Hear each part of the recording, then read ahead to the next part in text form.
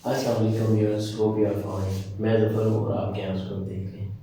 ठीक है, आज का हमारा जो टॉपिक है जिसको हमने डिस्कस करना है वो है रदरफोर्ड्स एटॉमिक मॉडल। ये एटॉमिक स्ट्रक्चर का एक सब टॉपिक है कि रदरफोर्ड ने किस तरह से एटम को व्यू किया है।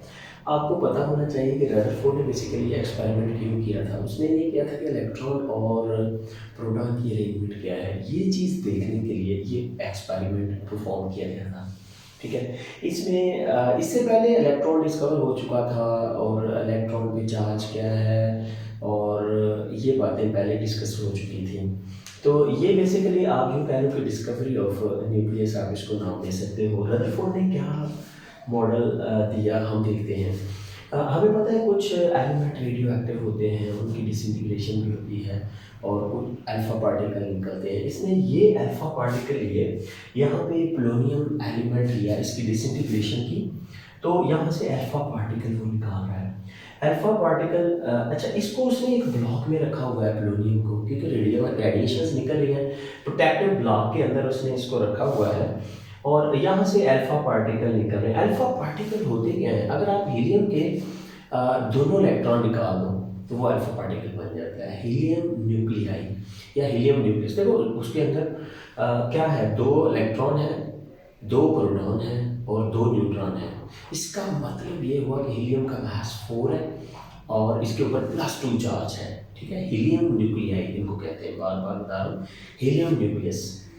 अच्छा, अल्फा पार्टिकल्स की बम्बार्डमेंट इसने करवाई। ये जो मैंने बनाए हुए हैं ये बेसिकली एक पतरा है जिसे हम कह सकते हैं कागज़ कह रहे हैं, ये कुछ करें, ये कागज़ है। ठीक है, ये कागज़ में से अल्फा पार्टिकल वो गुजार रहा है, इस कागज़ में से फॉयल जो है। और ये कागज़ किस चीज़ का बना हुआ है, ये चीज़ पॉइंट टू बी नोटेड है।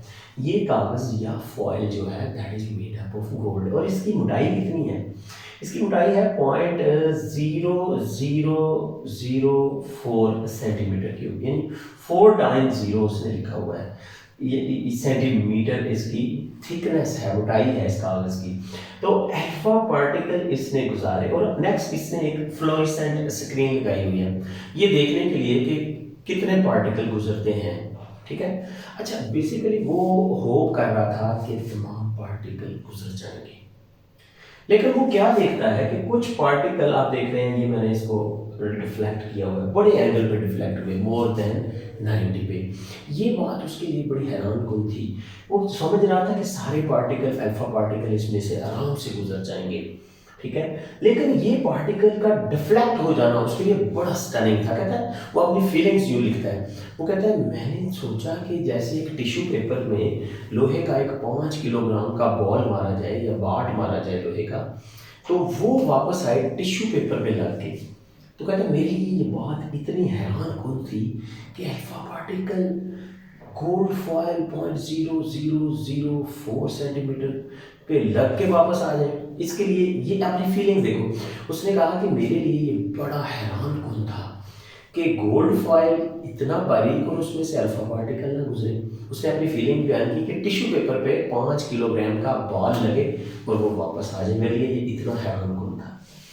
अच्छा, मोस्टली पार्टिकल तो गुजर गए थे लेकिन चंद एक बड़े एंगल पर डिफ्लेक्ट हुए। ये जो डिफ्लेक्शन थी इसने सारा कुछ बताया कि कुछ अंदर है जो डिफ्लेक्ट कर रहा है, उस पर कुछ चार्ज है, उसका साइज क्या हो सकता है, ये सारी बातें फिर इसने कंक्लूड की थी। ठीक है, तो कहता है alpha particles from a source were taken, कहाँ से लिए, पोलोनियम सोर्स से, were taken and were bombarded on gold foil, कहाँ पे मारे गए, गोल्ड फॉयल के ऊपर। गोल्ड फॉयल ऑफ थिकनेस कितनी सी, 0.0004 सेंटीमीटर इसकी मोटाई थी कागज की। तो मोस्टली तो गुजर गए, चंद एक जो डिफ्लेक्ट हुए वो कहानी थी असल। तो आपकी बुक वो लिखता है कि 1 out of millions were deflected, यानी बहुत कम डिफ्लेक्ट हुए। बेसिकली जो एक्चुअल उसकी है ना कैलकुलेट, उसमें वो कहता है कि 20,000 में से मैंने 20,000 पार्टिकल गुजारे, इसमें से 19,996 गुजर गए और 4 जो थे वो डिफ्लेक्ट हुए। ये वेरी लेस नंबर है जिनकी डिफ्लेक्शन हुई थी, डिफ्लेक्टेड। ठीक है, तो ये उसकी फीलिंग्स, उसने ये कैलकुलेशंस की थी। यहाँ पे लिखा हुआ है मिलियन, 1/1,000,000 पर deflected at very large angle more than 90 degree, ये डिफ्लेक्शन हुई। अब ये डिफ्लेक्शन क्या सजेस्ट कर रही थी? ये सजेस्ट कर रही थी कि पॉजिटिव चार्ज है, अल्फा पार्टिकल पॉजिटिवली चार्ज है, जरूर किसी पॉजिटिव चीज पे लगा है तो वापस आया है। ये मेन इसका, जिसे कह लो लूपे लुबाव है, ये इसका जिस्ट है, ये इसका कह लो कंक्लूजन है, ठीक है, कि अंदर कोई एटम के पॉजिटिव चीज़ है। अब उसके कंक्लूजन, हम मेन कंक्लूजन ये पहले वाले 3 है, फिर हम सब प्रपोजल्स उसकी देखेंगे। अच्छा, इसने क्या किया कि बहुत सारे दूसरे गोल्ड फॉइल के अलावा दूसरी मेटल के फॉइल भी लिए और इसको ऐसे ही रिजल्ट मिले जो इसने कंक्लूजन निकाला हुआ है। यानी गोल्ड की जगह इसने सिल्वर या और एलिमेंट ले लिया एज ए फॉइल और उसमें से देखा कि अल्फा पार्टिकल कैसे गुजरते हैं और कितने गुजरते हैं, कितने डिफ्लेक्ट होते हैं। अच्छा, most of the alpha particle, conclusions पे हम जा रहे हैं। Most of the alpha particles pass through the foil undeflected, ज्यादातर गुजर गए थे। Deflected, most of the space occupied by the atom must be empty, ये उसका नतीजा है। तो उसने कहा ज्यादातर गुजर गए हैं, तो इसका मतलब है ज्यादातर हिस्सा एटम का खाली है।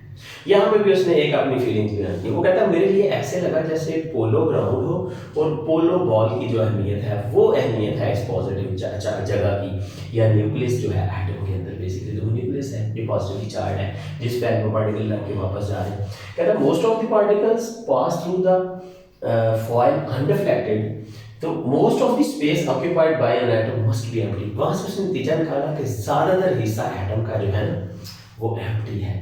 तो उसने कहा पोलो ग्राउंड में जो पोलो के बाल की अहमियत है, न्यूक्लियस की भी वही अहमियत है एटम के अंदर। यानी एटम को पोलो ग्राउंड समझो और उसके अंदर जो पोलो बॉल है उसको न्यूक्लियस समझो, ठीक है।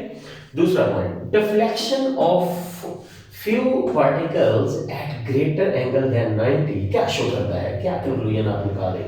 that these particles are deflected by electrostatic force of repulsion। भाई जरूर कोई पॉजिटिव चीज है और वो रिपेल कर रही है अल्फा पार्टिकल को, ये नतीजा उसने निकाला। ये जो लगे हैं वो एक्चुअली इस पॉजिटिव पे जाके लग गए हैं, छोटे से पार्ट ऑफ द न्यूक्लियस पे, यानी एटम के जो न्यूक्लियस पार्ट है उस पे लगे हैं तो डिफ्लेक्ट हो गए। और उसने ये भी नतीजा निकाल लिया कि वो positively charge part of the atom है वो, और वो क्या है, न्यूक्लियस है। Massive alpha particles are not deflected by electron. उसने कहा ये ना समझिएगा कि इलेक्ट्रॉन ने उनको डिफ्लेक्ट कर दिया, नहीं, तो इलेक्ट्रॉन कैसे डिफ्लेक्ट करेगा? इलेक्ट्रॉन एक्टिवली चार्ज है और वो मैसिव पार्टिकल जो पॉजिटिवली चार्ज है, they can not be deflected by electrons. He proposed A planetary model of an atom, यानी जिस तरह हम कहते हैं ना प्लैनेटरी मॉडल क्या है, सन सेंटर में और बाकी प्लैनेट्स जो हैं उसकी लाइक अर्थ जो है बाकी सारे उसके गिर्द चक्कर लगा रहे हैं, ये मॉडल दिया उसने। उसने कहा न्यूक्लियस सेंटर में और इलेक्ट्रॉन उसके गिर्द चक्कर लगा रहे हैं। Mass of atom concentrated in the nucleus, atom का सारा ऑलमोस्ट मास वो न्यूक्लियस के अंदर कंसंट्रेटेड है, ठीक है, इन न्यूक्लियस में वाक़ है। Size of the nucleus is very small, ये भी देखो 20,000 में से 4 डिफ्लेक्ट हो रहे हैं, इसका मतलब बहुत कम एरिया है जो डिफ्लेक्शन दे रहा है, वो पॉजिटिव या वो न्यूक्लियस का साइज कंपैरेटिवली बहुत ही स्मॉल है, ठीक है। Electrostatic, electrons revolve in circular orbits, ये भी इसने आइडिया दिया था कि इलेक्ट्रॉन जो है वो न्यूक्लियस के गिर्द सर्कुलर ऑर्बिट्स में रिवॉल्व कर रहे हैं। तो ये था रदरफोर्ड का एटॉमिक मॉडल, जिसमें उसने अल्फा पार्टिकल की बम्बार्डमेंट की। बेसिकली वो इलेक्ट्रॉन और प्रोटॉन की पोजीशन देखना चाहता था, तो कॉन्सिक्वेंटली उसने क्या ढूंढ निकाला यहाँ पे, positive part of the atom that is called nucleus that deflects and that is very small, most of the atom is empty. और ये भी याद रखें एटम फ्लेक्सिबल होता है, इसमें से मोस्टली चीज़ें गुजर जाती हैं। तो अब हम जायज़ा लेंगे रदरफोर्ड्स एटॉमिक मॉडल की क्या क्या कह लो कि वो कह लें कि उस पर क्या क्या ऑब्जेक्शन लगे थे, उसके क्या डिफेक्ट्स हैं। रदरफोर्ड के एटॉमिक मॉडल पे 2 ऑब्जेक्शंस उठाए गए या इसके 2 डिफेक्ट्स जो थे वो पॉइंट आउट हुए थे। एक ये होते, क्लासिकल फिजिक्स कहती है कि अगर इलेक्ट्रॉन जो है चार्ज पार्टिकल है ना, अगर ये मुसलसल रिवॉल्व करता है, ये देखें ये रिवॉल्व अराउंड द, कहते हैं इसका रेडियस छोटे से छोटा होता जाता है, जब ये एनर्जी एमिट करता जाता है, और अल्टीमेटली इसको it should fall into the nucleus. तो रदरफोर्ड का मॉडल ऑफ एटम तो कोलैप्स कर जाना चाहिए, ठीक है। ये पहला डिफेक्ट था इसमें। Classical physics suggest that electron being charge particle will emit energy while revolving around the nucleus, यानी एनर्जी एमिट करते जाएंगे and ultimately will fall into nucleus. So Rutherford's model of an atom should collapse. Rutherford का model of atom collapse हो जाना चाहिए, ठीक है। तो दूसरा इस पे जो ऑब्जेक्शन था वो ये था, if revolving electron emits energy continuously, तो इसका स्पेक्ट्रम भी कंटिन्यूस होना चाहिए। It should form continuous spectrum for an atom, किसी एटम के लिए तो फिर कंटिन्यूस स्पेक्ट्रम बनना चाहिए, लेकिन हमेशा ये क्या होता है कि ये लाइन स्पेक्ट्रम बन रहा होता है, ठीक है। तो ये दो ऑब्जेक्शन है। अच्छा, ऊपर वाला जो ऑब्जेक्शन था इसको उन्होंने कैसे किया, फिर इसके बाद बोहर आया। बोहर ने कहा जी वो तो रास्ते फिक्स हैं जिनमें इलेक्ट्रॉन रिवॉल्व करता है, वो तो अंदर नहीं गिरने देता जब तक वो एक पैकेट ऑफ एनर्जी इवॉल्व या एमिट नहीं करता।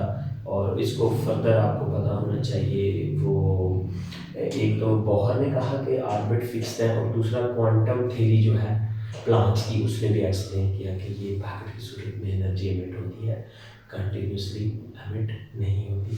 तो ये था आपका रदरफोर्ड का एटॉमिक मॉडल। होप सो कि वीडियो आपको पसंद आई होगी। Thank you for watching, bye.